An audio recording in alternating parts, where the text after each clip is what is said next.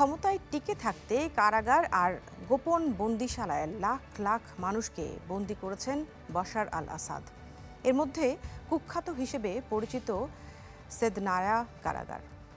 Amnesty international ও Syrian observatory human রাইটসের প্রতিবেদনে বলছেন 2011 থেকে 2018 সাল পর্যন্ত নির্যাতন, চিকিৎসা সেবার অভাব, অনাহার আর মৃত্যুদণ্ডের কারণে 30,000-এরও বেশি বন্দীর মৃত্যু হয়েছে এই সেদনায়া কারাগারে।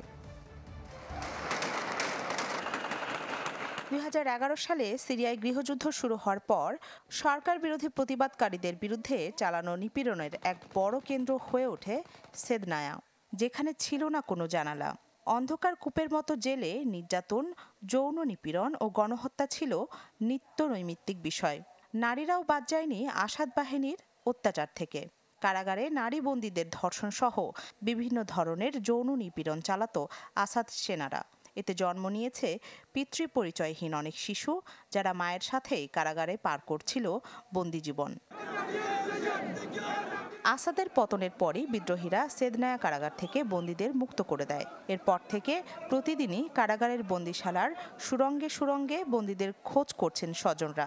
এসব মানুষের পাশে দাঁড়াতে জরুরি বিশেষজ্ঞ দল পাঠিয়ে অনুসন্ধান শুরু করেছে সিরিয়ার নাগরিক সুরক্ষা গোষ্ঠী হোয়াইট হেলমেটস। কারাগারের মাটির নিচের কুঠুরিতে এখনও অনেক বন্দী থাকতে পারে এমন আশায় চালানো হচ্ছে তল্লাশি।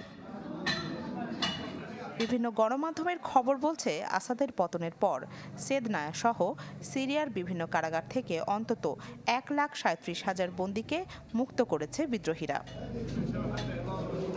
রাখি জেসমিন, চ্যানেল 24।